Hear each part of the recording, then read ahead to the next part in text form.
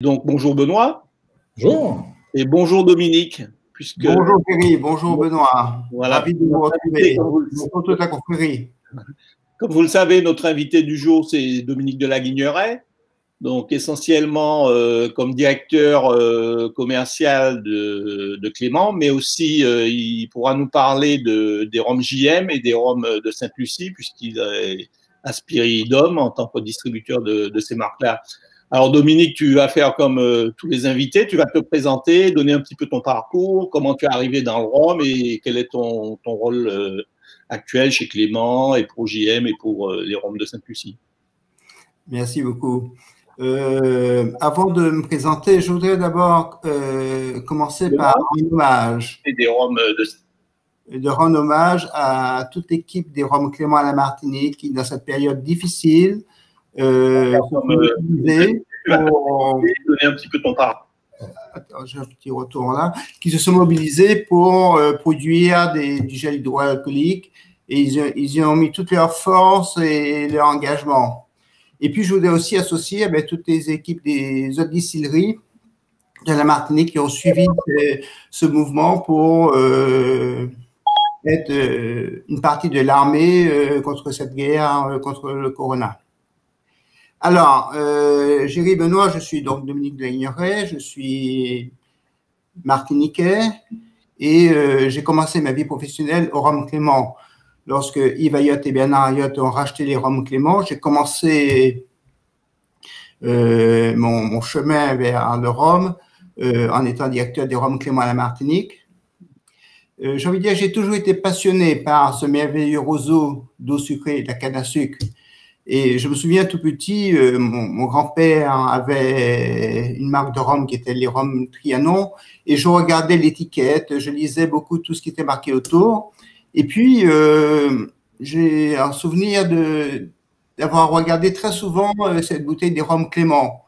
Et un jour, d'avoir pris mon vélo pour aller voir où était le domaine de la Cajou au François. Bien sûr, je n'ai pas osé y entrer, mais je n'imaginais pas un jour que j'aurais franchi ce petit pont et qui m'aurait amené vers cette belle habitation. Donc, j'ai commencé au rhum Clément pendant 2-3 ans. Et puis ensuite, je me suis occupé pendant 5 ans des rhums Bali. Et puis, j'ai eu aussi un parcours personnel où j'ai monté une affaire d'importation d'épices à la Martinique. J'ai toujours été attaché à tout ce qui touche à la terre. Et puis, en 2001, lorsque, avec ma famille, nous avons décidé de revenir à Paris, des rhums Clément ont décidé de créer cette structure export. Et donc, j'ai rejoint, j'ai envie de dire, mes premiers amours dans le rhum. Et voilà. Donc, depuis 2001, je suis à Paris. Je m'occupe des rhums Clément, des rhums JM, qui a rejoint donc Spiribam. Et puis, ensuite, les rhums de Sainte-Lucie avec les Saint-Lucia Distiller. Et puis, Arcane et Bichaous de l'île Maurice. Voilà. Donc, j'ai presque fait toute ma vie professionnelle dans le rhum. C'est un métier de passion, un métier enrichissant parce que très riche de personnes et surtout une très, très belle histoire. Parce qu'il faut savoir que derrière chaque marque de rhum, il y a des hommes. J'ai eu la chance de rencontrer un grand monsieur du rhum qui a été Jean Bali, qui m'a fait partager vraiment l'amour du rhum. Très régulièrement, je rencontre Jean-José Clément qui, si aujourd'hui les rhums Clément ont cette notoriété en France et dans le monde, c'est aussi grâce à lui parce qu'il me racontait que dans les années 50, il prenait sa petite valisette avec des mignonnettes et c'est à l'époque, il y avait très très peu de marques martiniquaises qui étaient vendues en métropole. Il faut se souvenir que quand même, tous les producteurs de rhum vendaient leur production en vrac à des importateurs qui étaient basés à Bordeaux, Nantes, Le Havre et qui embouteillaient sous leur propre étiquette. Et Charles Clément a voulu que ce rhum soit vendu sous son nom en métropole. Et Jean-José, donc son fils, est parti et s'installer en métropole et il me disait qu'il faisait le démarchage de bar en bar avec sa mignonnette en disant « mais voici mon rhum, il est différent, goûtez-le ». Voilà. Donc, ce sont des hommes qui ont cette richesse en eux du savoir-faire. Et puis, mais il y a aussi tous ceux qui sont dans l'âme d'une marque. Vous savez, les grandes marques ont une histoire. Vous pouvez prendre, quelles que soient les grandes maisons de spiritueux, il y a toujours une histoire derrière. Derrière cette histoire, il y a des hommes et des femmes qui l'ont construite. Et j'ai eu la chance d'avoir rencontré, lorsque je suis arrivé, tout ce personnel des Rhums Clément, que ce soit le maître de chai, que ce soit celui qui s'occupait de la mise en bouteille ou de manipulation des fûts, etc. Voilà. Donc, j'ai pu m'imprégner de tout cela et ça m'a donné envie de faire partager cette passion, cette tradition pour cette belle production. Et je crois qu'on peut aujourd'hui en être fier. Et bon, on en parlera tout à l'heure, mais si aujourd'hui le rhum a cet engouement, a cette notoriété, c'est que derrière, il y a tout un travail de fond qui a été fait depuis de très, très longues années par des personnalités, mais je le mets en lettres majuscules, au pluriel, ça englobe tout le monde pour défendre, pour valoriser nos rhums agricoles français, qu'ils soient de Martinique, de Guadeloupe, de Guyane, de La Réunion, voilà. Alors, présentation. On a déjà quelques questions qui arrivent dans les commentaires. Bien, ça. En dehors de tout le monde donc, qui nous salue, donc bonjour comme d'habitude. Heureux que vous soyez encore. C'est un monologue. Ouais, c'est ça.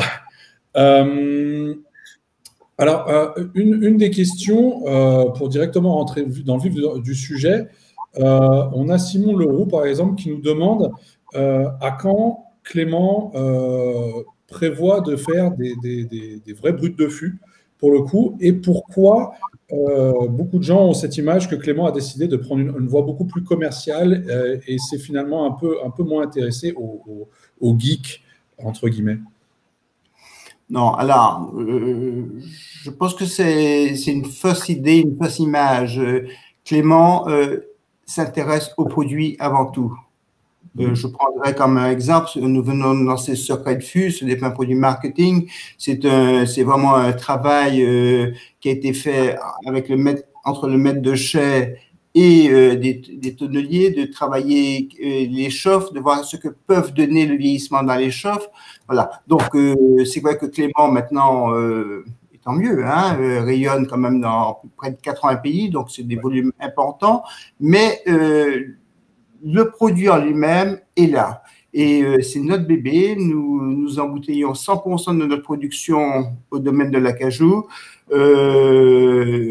Robert Perronnet, qui est notre maître de chai depuis près de 30 ans et qui est en train de former son successeur, est le gardien du temple.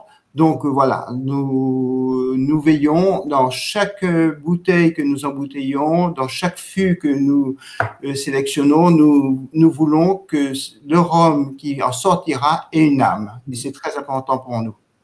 Alors, si je peux rebondir un peu sur cette question, c'est vrai que Clément a une grosse notoriété en France, à l'étranger, auprès du grand public.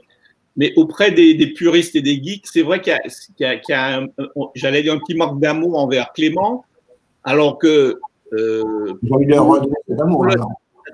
le savons bien, Benoît et moi, qu'il y a de très belles choses chez Clément, puisqu'on a encore goûté un bout de fût très récemment que Jean Perronnet nous a fait goûter. Et on sait que vous avez quand même plus de 20 000 fûts en vieillissement. Pourquoi Clément ne fait pas un peu plus de millésime ou de single cask et même de brut de fût? Ou est-ce que c'est une stratégie que vous allez peut-être adopter dorénavant? Alors, Clément n'a jamais été une marque à millésime, contrairement à d'autres marques de la Martinique. Les quelques vieux millésimes que nous avons, et je fais partie de ceux qui les ont lorsqu'on a racheté Clément, on les a retrouvés un peu dans les stocks, qui étaient un peu du 52, du 70, 76. Et puis là, on a ressorti un peu de 2002. On veut que ça soit un peu des petites quantités et un peu exceptionnelles. Aujourd'hui, on essaie d'être quand même à l'écoute de ce que nos consommateurs souhaitent déguster. Et on constate quoi? On constate que, alors on va pas aller dans toutes les directions, mais on constate qu'il y a une volonté des amateurs de rhum de retrouver de la personnalité dans ce qu'ils dégustent. Et cette personnalité, on va la retrouver à travers le vieillissement. Beaucoup ont été faits avec les plantations de canne à sucre, entre les variétés de canne à sucre, la canne bleue en est un exemple. Mais on s'est rendu compte, ce qui n'était pas vrai il y a 20 ans, que les chauffes, les fûts, les variétés de fûts, les origines de fûts, peuvent apporter au vieillissement des profils aromatiques très spécifiques.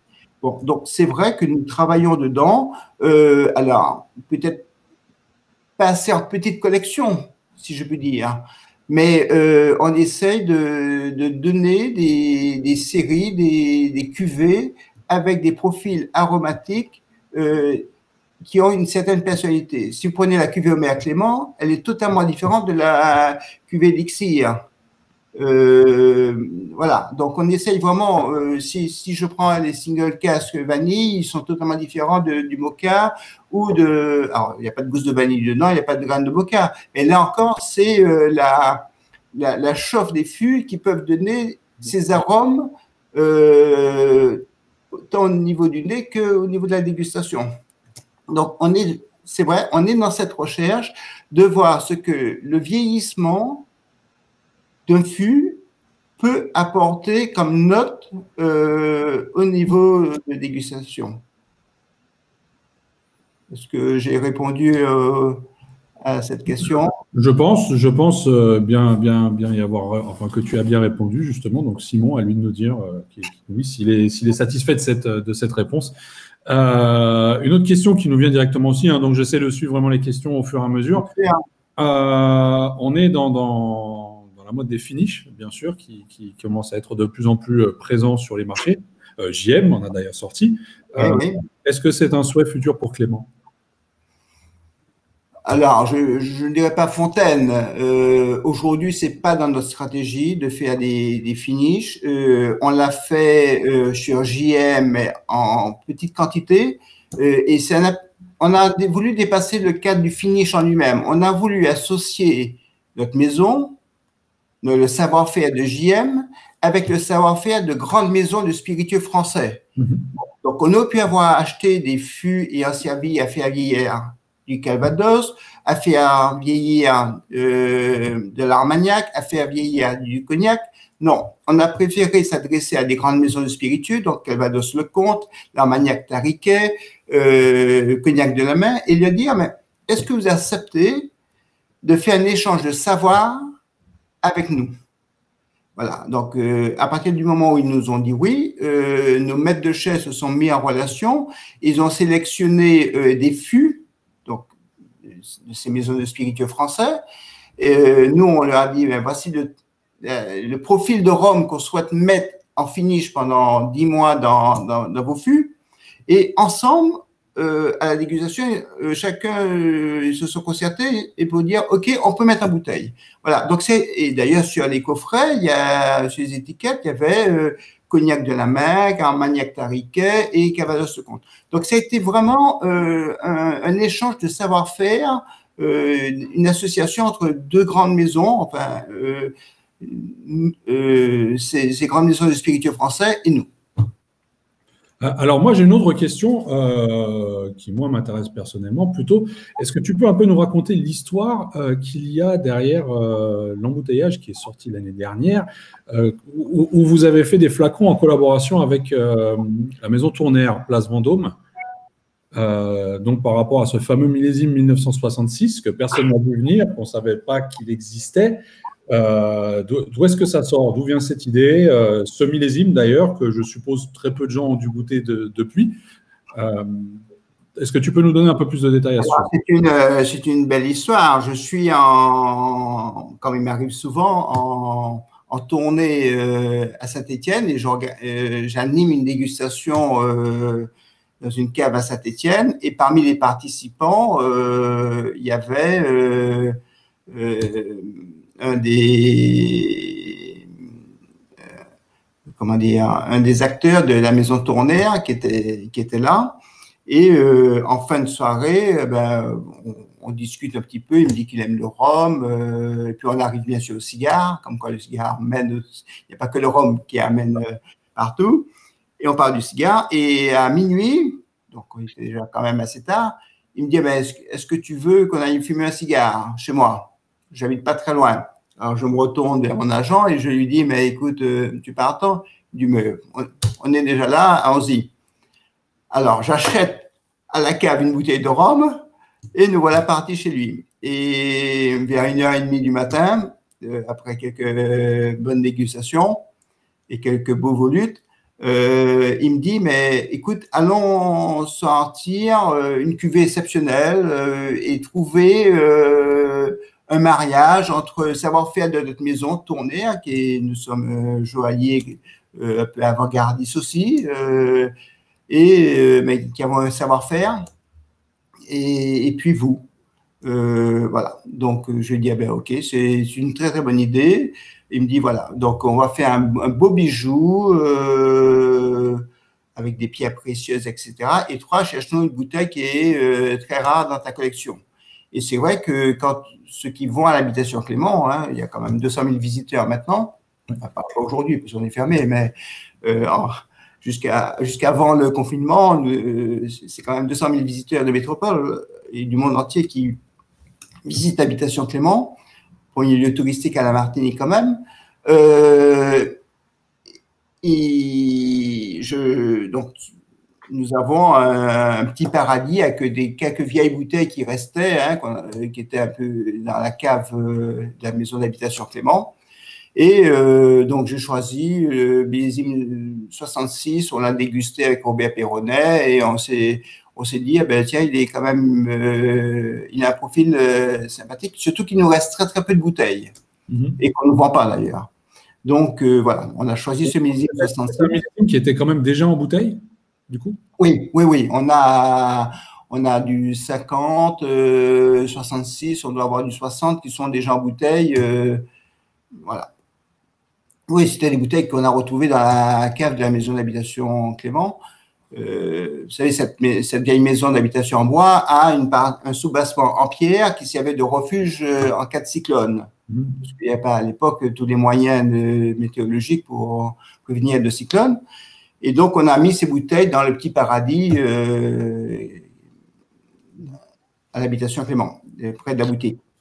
Et donc, on a choisi cette bouteille parce qu'il nous restait très, très peu. Et à la dégustation, il y avait quand même un profil aromatique assez surprenant. Voilà, donc je l'ai fait goûter à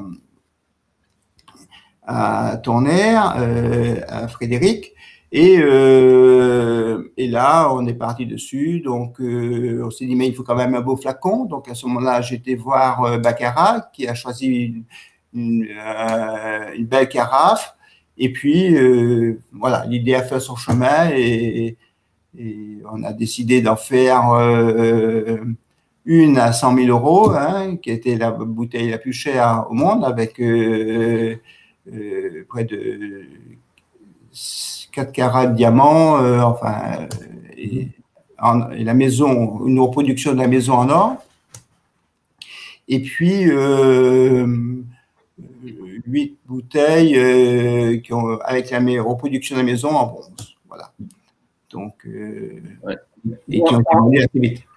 Oui, comme on parle de millésime, on a pas mal de confrères qui reviennent sur le millésime 1952. Oui, il n'y en a plus là. Ils sont étonnés qu'il y en ait encore, et il y en a même qui vont plus loin, qui demandent si c'est du 100% 1952 qu'il y a dans la bouteille, dans les derniers embouteillages. Bon, alors moi, je suis né en 62, donc je ne vois pas la garantie. Non, bon, enfin, en tout cas, de plaisanterie, c'est du 52, bien sûr. Mais ces rhums, alors, je ne sais pas combien de temps ils ont passé vraiment en fût et après en foudre, mais ils étaient en foudre lorsqu'on est arrivé à l'habitation Clément, enfin Rome Clément en 87, et on les a embouteillés au fur et à mesure. Et c'est vrai qu'en 91, les dernières bouteilles ont été mises en bouteille.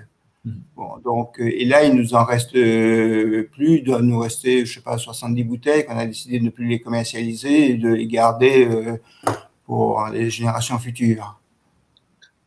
Voilà. Donc, mais c'est vrai que je sais pas, de 91 jusqu'à maintenant, ben, au fur et à mesure, elle sortait dans le commerce.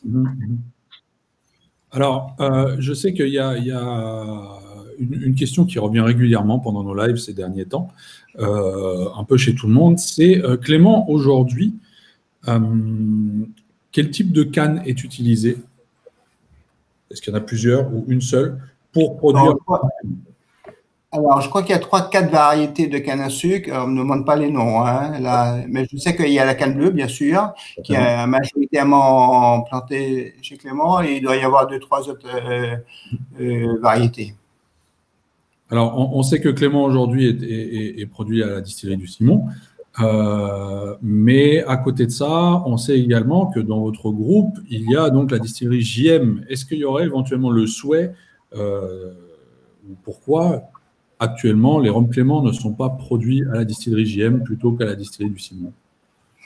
Écoute, il y a une historique familiale d'abord, hein. Clément,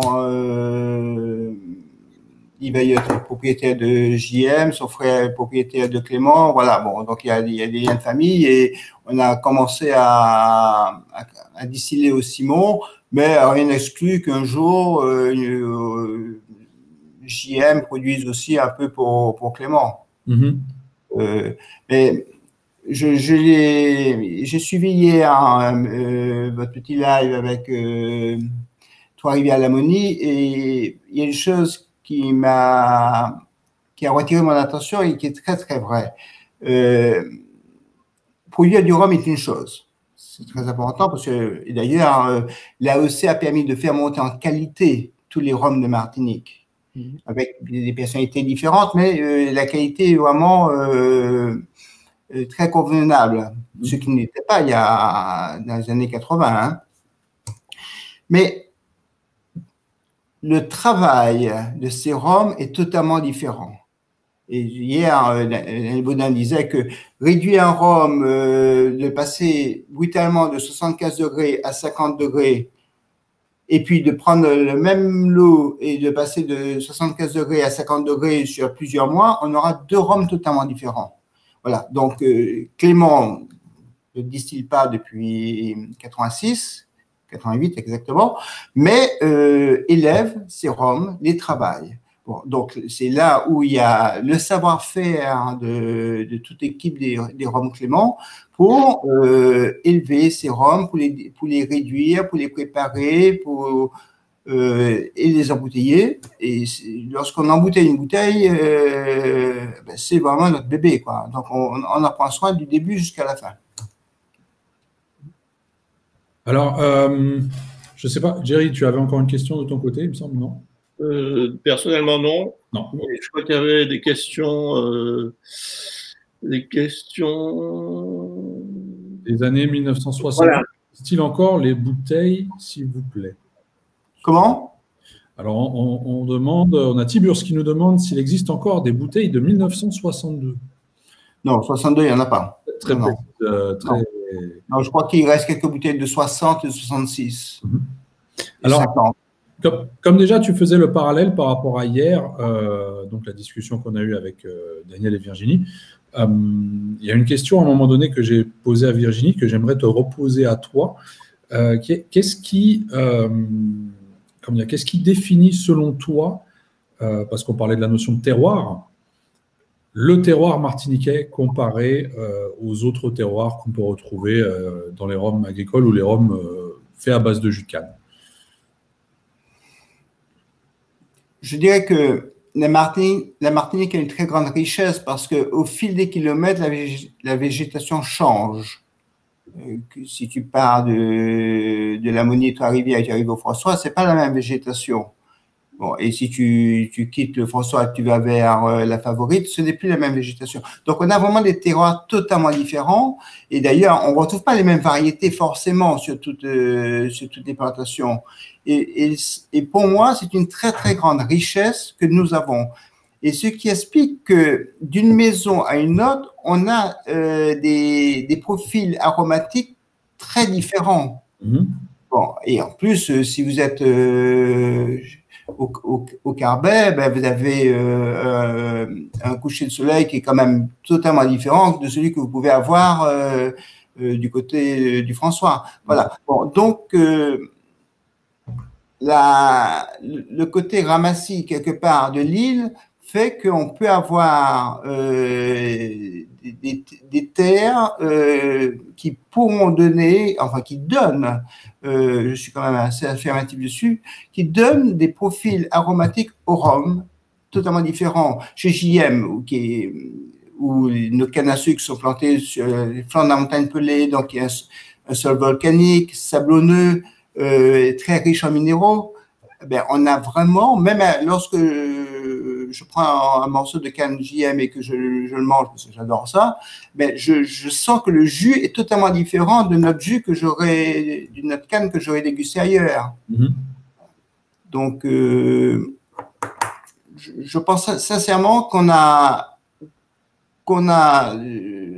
même chez Clément, on a des parcelles qui donnent des rendements différents.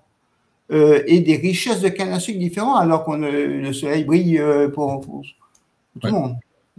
Quand tu parlais de canne à sucre, on a une question de Letty Mathieu qui demande est-ce que Clément… quotidienne de Letty Mathieu. Comment? C'est la question récurrente quotidienne de Letty Mathieu. Est-ce que Clément a prévu de faire du bio? Alors, Clément est très engagé dans l'éco-responsable. Donc, oui, nous faisons une agriculture raisonnée. Faire du bio, je ne sais pas si ça apporte énormément au niveau de la distillation, etc. On peut faire partir de la source et de se dire, ben, essayons de mettre le moins possible de produits phytosanitaires dans nos cannes à sucre. Essayons de donner à la plante le maximum d'environnement pour qu'elle puisse bien pousser. Voilà, c'est notre démarche aujourd'hui, que ce soit chez Clément ou chez JM. Chez JM, on utilise l'eau du résidu de la distillation, hein, des vinasses, donc qui passe d'abord dans des bassins de décantation où il y a des plantes qui vont consommer tous ces détritus pour la rendre le plus propre possible, et cette eau propre est après envoyée en irrigation. Voilà. Bon, donc on veut rendre à l'agriculture un peu tout ce qu'elle nous donne aujourd'hui. Donc on est vraiment dans cette démarche entièrement. Donc voilà, donc un réel circuit fermé en quelque sorte. Oui, mais c'est aussi vrai de la mise en bouteille. Hein. Donc il y a vraiment, on est vraiment très très respectueux de l'environnement, de la terre. On veut lui redonner ses lettres de noblesse parce qu'elle nous donne beaucoup. Ben, c'est à nous de lui donner aussi. Alors, on a une question également qui nous vient, et je pense que ça, c'est vraiment une question personnelle pour toi, pour le coup. Ton coup de cœur, tout d'abord, ton coup de cœur chez Clément. Si tu devais prendre un dernier verre de rhum Clément, ça serait quoi? Alors, je prendrais un verre de 1970. C'est un millésime, on n'en parle pas beaucoup, mais qui est magnifique. On parle beaucoup du 52, c'est vrai qu'il est très très beau. Et moi, j'ai vraiment un coup de cœur pour le millésime 70, pour un très très vieux rhum. Et comme j'ai deux mains, donc j'aurai deux verres, je prendrai l'élixir de Clément que j'aime beaucoup. Voilà, ce sont mes deux vrais coups de cœur. Et la question suivante, justement, si maintenant tu avais un coup de cœur qui n'est pas chez Clément, ce serait quoi? Alors, dans nos maisons, je dirais que j'aime beaucoup notamment le dernier millésime de JM, qui est le 2009, qui vient de sortir. Il a un côté fruité que j'aime beaucoup. J'aime beaucoup ce que fait Favorite. J'ai beaucoup d'admiration pour leur travail.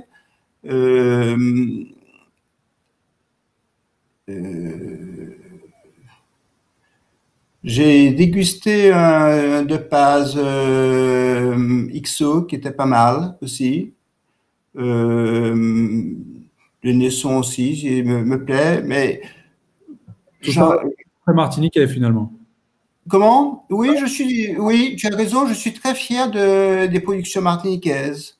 Et je te dis, j'ai vraiment cette fierté lorsque je vais dans un bar à Paris, à Milan ou à Bruxelles ou Luxembourgville, enfin voilà, de voir plusieurs marques de la Martinique présentes.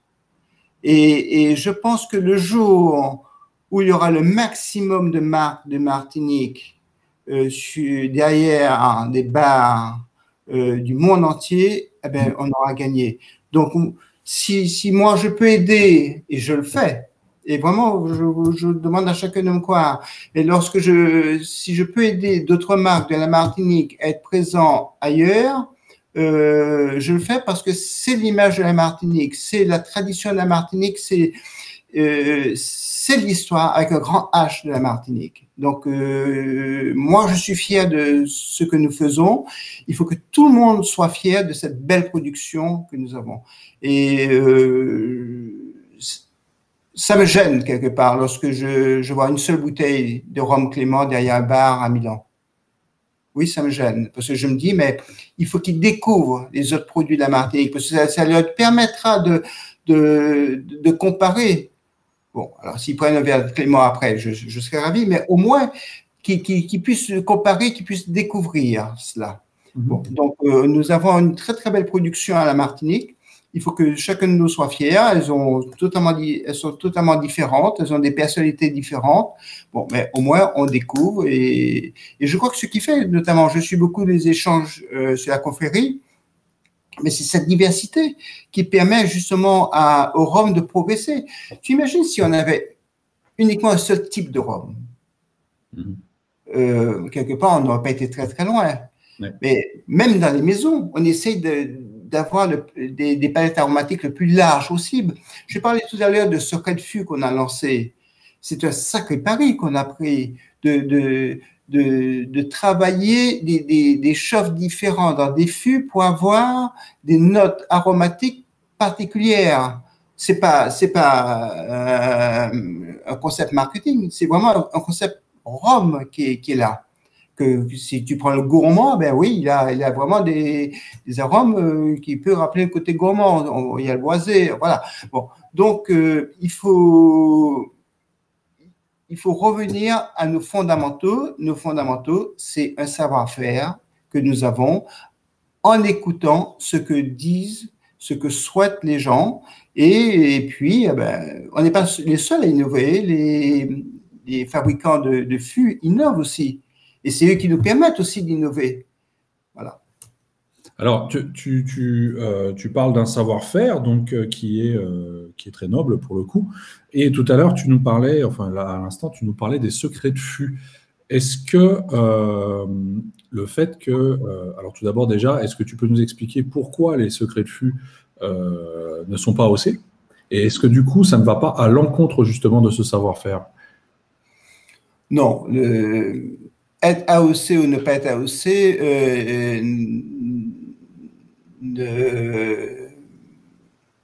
comment dire, n'abîme pas quelque part le savoir-faire du rhum qu'on a. Aujourd'hui, nous avons pris la décision de ne pas le mettre en AOC parce que c'est des tout petits volumes et bon, c'était un petit peu plus compliqué pour le faire, pour des tout petits volumes, de faire passer des lots. Bon, c'est tout. Mais ça n'enlève à rien dans ce savoir-faire, dans ce travail qui a été fait. Et Dieu se sait si j'étais de ceux qui défendent l'AOC. Lorsque Jean-Pierre Bourondillon, qui était vraiment le père de l'AOC, il s'est battu pour obtenir auprès de Jacques Chirac, ça a été Édouard Balladur ensuite qui a pris le relais, mais je voudrais rendre hommage à Jean-Pierre Bourdillon, parce que c'est quand même lui qui a porté sur les fonds baptismaux l'AOC. Ben, j'étais de ceux avec lui qui ont cru dans tout ce que l'AOC pourrait apporter aux Roms. Bon, donc, mais quand vous avez des toutes petites quantités, est-ce que c'est nécessaire qu'ils soient AOC ou pas AOC? Bon, je ne suis pas sûr. L'important, c'est que vous avez derrière la signature du maître de chef de la maison et de savoir-faire. OK. Alors, en parlant d'innovation, justement, on a une question. Clément va-t-il, dans sa gamme de blanc, donc de rhum blanc, élargir et sortir son rhum blanc classique, enfin, faire plus que justement le rhum blanc classique et la canne bleue millésimée qu'on connaît maintenant depuis pas mal d'années? Est-ce qu'il y a d'autres projets prévus par rapport à ça? Alors, la canne bleue qui va fêter l'année prochaine, c'est 20 ans. C'est vrai. Hein? Donc, ce qui montre que ce n'est pas un produit marketing. Hein, il y a vraiment une spécificité dans cette variété de canne à sucre qui donne à la dégustation un profil aromatique. Je vais raconter une petite anecdote sur la canne bleue. Lorsqu'on a sorti en l'an 2000, on a fait bien sûr un cocktail à l'habitation Clément pour le faire connaître. Et puis, plusieurs personnes sont venues nous voir en disant « Mais vous êtes sûr qu'il était à 50 degrés ?» Bon, les deux premières personnes, on a mis ça sur le coup du petit punch. Et puis, quand il y a eu plusieurs personnes qui sont venues nous voir, on peut dire « Mais vous êtes vraiment sûr qu'il était à 50 degrés ?» Donc là, il y a eu un petit doute quand même. Hein. Donc, discrètement, on a pris une bouteille qui était derrière le bar et on est redescendu au laboratoire, on l'a pesé. Il était bien à 50 degrés. Bon, donc c'est un rhum qui a une personnalité différente, aromatique, florale. Et quelque part, on est très, très fiers d'avoir amené jusqu'à aujourd'hui cette variété de canne et de la faire connaître. Et je crois qu'il y a beaucoup d'amateurs aujourd'hui. On a sorti il y a 2 ans la colonne créole, donc il y a un type de colonne créole, de colonne plutôt, hein, qui est très spécifique, et on a sorti donc un rhum blanc issu de cette variété de colonne, de cette typicité de colonne, et puis aussi ce rhum blanc a été mis à vieillir, on a sorti un rhum vieux. Bon, au niveau de la gamme classique, on vient de relifter, de moderniser, si je puis dire. La bouteille, elle est gravée, elle rappelle toute l'ADN de Clément quelque part, donc elle est beaucoup plus premium et elle sera, je pense, elle fera partie vraiment de la belle collection de Clément, alors qu'aujourd'hui on était quand même un peu en contradiction d'avoir une bouteille classique sans beaucoup de personnalité et puis de belles carafes comme cette bouteille, par exemple. Bon, voilà. Donc, aujourd'hui, sur le marché métropolitain est en train d'arriver dans les rayons et puis prochainement derrière les bars, dès qu'ils vont ouvrir, j'espère le plus vite possible. Et j'ai une grosse pensée à tous nos amis barman ou restaurateurs qui souffrent aujourd'hui et bien sûr les cavistes. J'espère qu'eux pourront redémarrer très vite et que nos barman et restaurateurs, le temps est long et j'espère qu'eux aussi pourront démarrer très, très vite. Et on sera de leur côté pour les aider, pour compter sur nous. Bon, et donc, ces belles bouteilles sont en train d'arriver et je suis sûr qu'elles répondront quelque part à l'image du rhum Clément d'être un produit élitiste, d'être un produit de qualité et d'être surtout un rhum premium. Alors, on a une question pour toi encore. C'est vrai qu'on a fait une émission sur le single cast sur la transparence et les ajouts. Et donc, les confrères voudraient savoir ce que toi tu penses de ce phénomène, donc l'ajout de sucre ou d'autres dans les rhums, notamment les rhums espagnols. Alors, ça c'est une sacrée question parce que je ne vais pas dénigrer tous ces rhums qui sont quand même très sucrés. Je ne vais pas les dénigrer parce que quelque part, ils ont permis d'amener vers le rhum de futurs amateurs. des personnes qui ne connaissaient pas le rhum et par ce côté sucré, ont eu envie de connaître le rhum et surtout de connaître d'autres types de rhum. Bon. Donc, et puis, ces rhums relèvent d'un certain savoir-faire d'un pays, d'une habitude. Il y en a qui prennent des petits punchs avec du sucre, il y en a qui prennent avec du sirop ou qui le prennent sec. Voilà. Bon, donc, ça fait partie d'une tradition et je la respecte. Bon. Le fait après un rhum agricole, non. Ce n'est pas l'ADN du rhum agricole de mettre de la sucrosité dans nos rhums. La sucrosité, on va la retrouver dans le côté aromatique et floral de nos rhums, ou un petit punch avec un petit peu de sucre ou de sirop. Mais on ne va pas apporter de sucrosité. Bon, donc, ces rhums ont permis d'amener de nouveaux adeptes, de nouveaux compagnons qui après ont voulu connaître davantage. Donc, c'est une porte d'entrée et quelque part, ils ont fait leur travail. Il y a des amateurs et je respecte ces personnes qui aiment déguster, mais je les invite aussi à découvrir la typicité du rhum agricole. Absolument. Alors, il y a 2 jours, on avait donc un direct un peu tardif avec l'équipe du Singlecast, donc qui est le podcast qu'on retrouve actuellement sur les réseaux, où on parlait de cette histoire d'édulcoration, justement, mais on parlait également de transparence. Est-ce que tu trouves, toi, que le rhum, ou du moins l'industrie du rhum aujourd'hui, peut se vanter d'être transparente? Je pense qu'on n'est jamais assez transparent. Plus on apportera des informations aux consommateurs, je crois que ça sera bénéfique pour tout le monde. Cette transparence, je l'ai aujourd'hui avec vous, de parler. Cette transparence, que ce soit moi ou mes confrères, nous l'avons lorsque nous sommes présents au Rhumfest ou lorsque nous sommes présents en dégustation chez des cavistes. Voilà. Bon, donc je crois qu'aujourd'hui, les amateurs de rhum, j'ai envie de dire d'autres choses, quel que soit le spiritueux ou même le fromage ou autre, cherchent à connaître vraiment son produit. Donc, c'est l'intérêt du producteur d'être plus transparent et d'indiquer le maximum d'informations qui puissent éclairer ce consommateur pour qu'il puisse se faire une idée de ce qu'il déguste. Ok. Alors, on a une question qui vient de tomber justement de Sébastien Védani qui me fait un peu sourire parce que je pense que c'est une question à laquelle tu pourras amener une réponse. Ton meilleur pairing entre rhum vieux, Clément et cigare? Celui qui t'a le plus marqué, disons. Alors, j'ai envie de te dire, je dirais ma première rencontre avec rhum vieux et cigare, ça a été avec un Robeyna. Et c'est à l'époque 6 ans d'âge Clément. Voilà, ça a été ma première rencontre qui m'a laissé vraiment de beaux souvenirs et qui m'a donné envie de découvrir davantage dans le monde du cigare. Donc oui, j'ai vraiment eu un coup de cœur pour Robeyna. J'ai pas eu la chance de le connaître.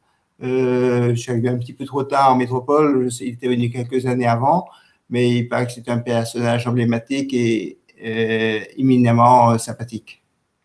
Donc finalement un accord très simple finalement, donc avec un accord très simple. Mais le meilleur des accords, c'est celui qui fait plaisir. C'est vrai. Je crois que il n'y a pas un cigare pour un rhum. Il y a le cigare du moment, il y a le rhum du moment. Celui qu'on a envie de se faire plaisir et avec qui on a envie de le partager. Parce que d'abord, pour moi, déguster un cigare, sauf ces jours-ci, c'est un peu triste, mais c'est d'abord un moment de convivialité, d'amitié. Parce qu'on a envie d'abord, ça prend du temps de déguster un cigare, donc on a vraiment le temps de refaire le monde avec celui qu'on rencontre. Et je ne sais pas si ça t'est déjà arrivé, mais tu rentres dans un club cigare.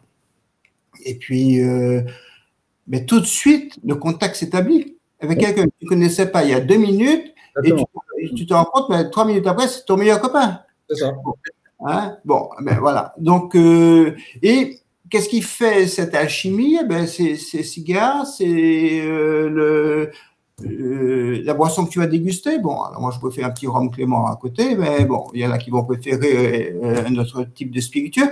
Bien que je trouve que le rhum et le cigare, c'est l'alliance naturelle. Hein. Ils viennent tous les deux de la même région, ils sont fabriqués avec des terroirs différents, et surtout, ils ont un point commun, c'est qu'ils sont fabriqués par des femmes et des hommes qui ont eu la même histoire.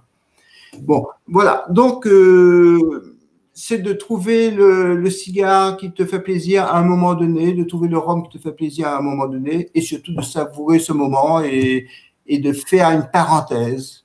Je crois qu'on a bien besoin de temps en temps d'avoir une parenthèse, oublier tout le reste. Donc voilà, donc je pense que Sébastien a sa réponse là. Moi, j'ai une autre question qu'on est nombreux à se poser actuellement. Est-ce que tu peux nous dévoiler des petites nouveautés en exclusivité? Est-ce que tu as quelque chose à nous dire en termes de nouveautés qui vont ou pourraient pointer leur nez, alors que ce soit chez Clément ou chez d'autres maisons du groupe? Alors, je sais qu'on va sortir sur Quai-de-Fût, hein, j'en ai parlé tout à l'heure parce qu'il vient d'arriver sur le marché français. On va sortir un Sherman prochainement, vieux, que j'invite à découvrir, notamment le 2005 qui vient d'arriver, qui est magnifique. On va sortir l'Admiral Runner Release, qui est très, très, très beau, toujours chez Sainte-Lucie. Alors, ça va plus s'adresser au monde du bar, mais on va sortir les fruités de chez JM. Donc, il y a vraiment un travail qui a été fait avec Karine sur tous les arômes liés au vieillissement. Avec qui on va reparler mardi prochain d'ailleurs. Voilà, elle pourra vous en dire beaucoup plus.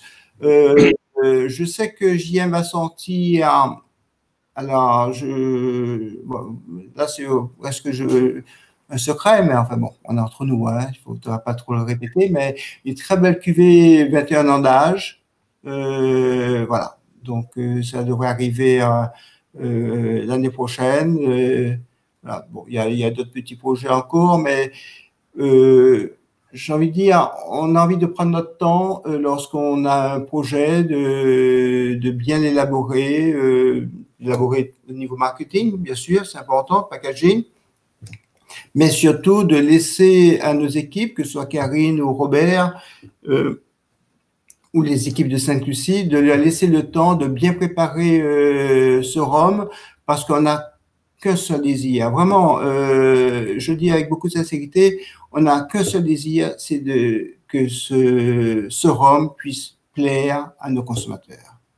On a envie qu'ils disent « Ah, on découvre quelque chose d'exceptionnel ».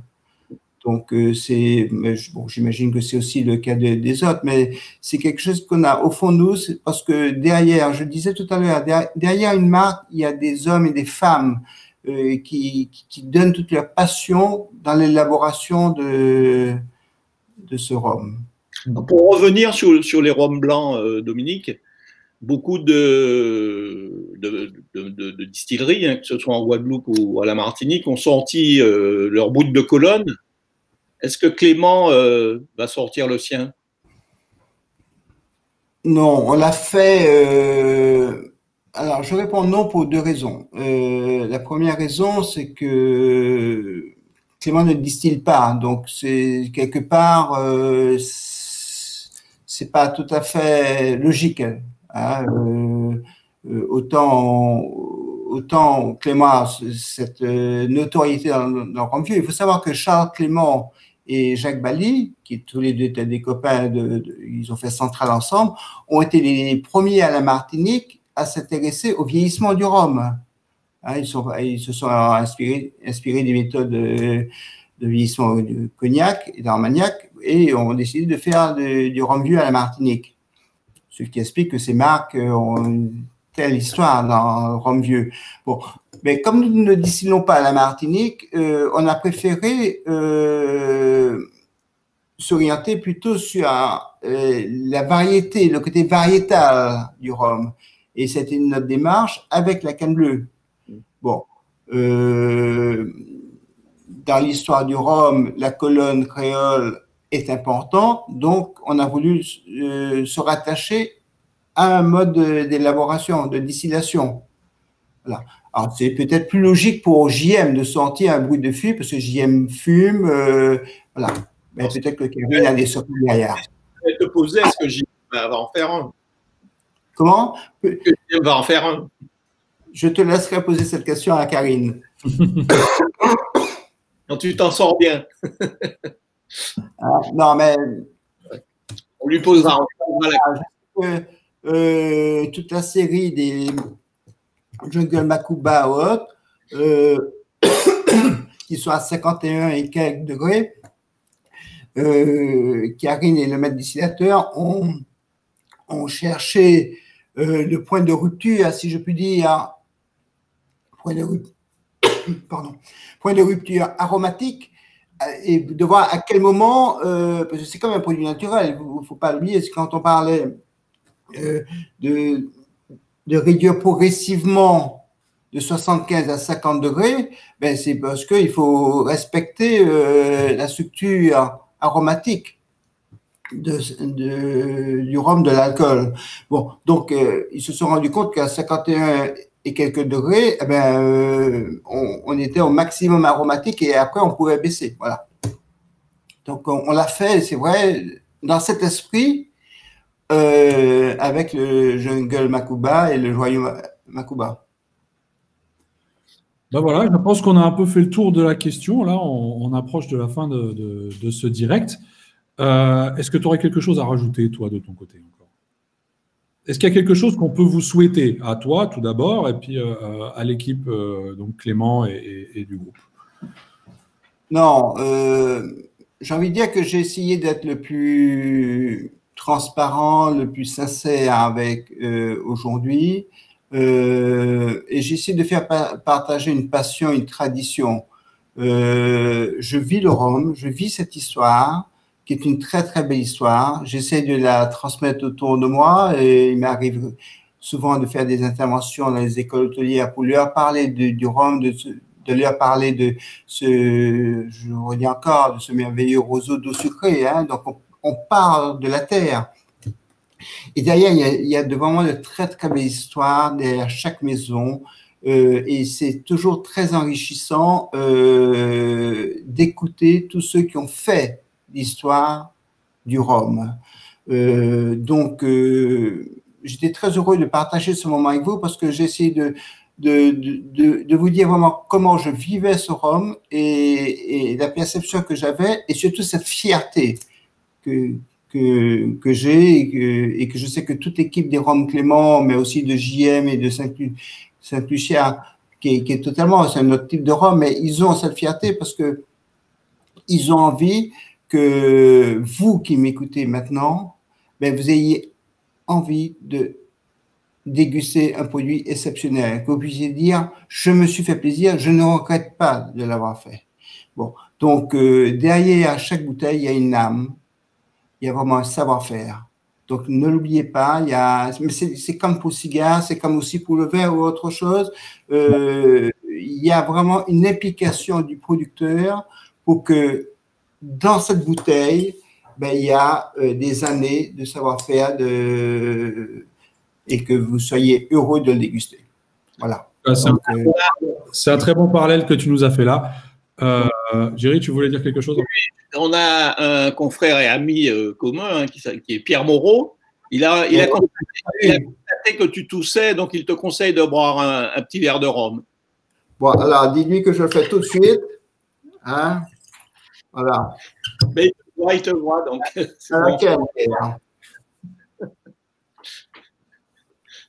Mais en plus, comme c'est le plus clément des rhums, donc ça va. Voilà. En tout cas, nous, on te remercie d'avoir été là pour passer ce petit moment avec nous. Je suis très heureux. J'espère que j'ai pu aiguiller un petit peu, que Clément n'a plus de mystère, mais qu'ils retiennent que c'est une marque qui a des racines très profondes dans l'histoire du rhum à la Martinique, et qui nous sont encore permis de rendre hommage à ceux qui l'ont, à ses fondateurs. Je pense beaucoup à Charles Clément, parce que c'est vraiment lui qui a donné toutes ces lettres de noblesse au rhum Clément, à Jean-José Clément qui a battu le sol de France pour faire connaître sa marque. Et si aujourd'hui Clément a cette notoriété, c'est parce que derrière, il y a des hommes et des femmes qui ont travaillé et qui travaillent pour construire ce merveilleux beuvrage. Donc, c'est pas uniquement une étiquette. Il y a vraiment une passion, une force derrière ça, une bouteille. Voilà. Donc, je voudrais aussi leur rendre hommage à Martinique, parce que je sais tout le dévouement qu'ils ont, toute leur implication, surtout encore, je redis, même dans cette période difficile, eh ben, ils n'ont pas hésité à changer toutes leurs habitudes pour produire des milliers de litres de solutions hydroalcooliques pour faire partie de cette armée et combattre ce virus. Okay. Voilà. En tout cas, on te remercie beaucoup. Et puis, on espère te revoir bientôt sur un salon, je suppose, dès qu'on pourra sortir. Très vite, parce que le temps que ça se termine. Hein. Ça se termine. On a besoin de convivialité, de nous voir et de se serrer la main, si on peut dire. Donc, on espère te voir, donc, comme disait Benoît, sur le salon ou peut-être à Martinique, on ne sait pas. Donc, voilà. Mais tu me demandais tout à l'heure des secrets. On peut dévoiler un secret, celui de la prochaine bouteille. Hein? Bon, allez, nous travaillons sur une cuvée pour la confrérie. J'espère qu'elle sortira prochainement. Voilà. Enfin, on n'en dira pas plus. On n'en dira pas plus. On n'a pas de la marque. Hein? Voilà. Suspense. On n'a pas précisé la marque. Voilà. Un peu de suspense. Voilà. OK. Bah, en tout cas, merci beaucoup. En te souhaitant une bonne soirée. Bonne soirée à vous tous. Et puis, eh ben, je vous souhaite d'être tous en bonne santé. Prenez soin de vous. La santé, c'est quand même ce qu'il y a de plus important. Donc, prenez soin de vous et de tout votre entourage, et pour qu'on puisse tous se retrouver très, très vite. Voilà. Et puis, on va souhaiter également une bonne soirée à nos confrères qui nous regardent. Et puis, on se retrouve demain avec Jerry, avec une invitée un peu particulière qui se fait plutôt discrète, mais qui a bien voulu passer un peu de temps avec nous. On sera demain, 1er mai, avec Madame Chantal Comte. Salut, c'est une grande dame du rhum, et je me souviens, elle avait eu l'idée de faire le nez du rhum avec Jean Lenoir. Bon, à l'époque, les producteurs de Martinique avaient trouvé que c'était un très gros budget, mais c'était une excellente idée, et elle a contribué aussi à sa façon à faire connaître le rhum et à lui donner ses lettres de noblesse. Donc, je voudrais lui rendre aussi hommage. Mais tu la regarderas demain avec nous. Sans faute, sans faute. Là, j'allumerai un bon cigare. Voilà. Allez, au revoir. À bientôt. À bientôt. Bonne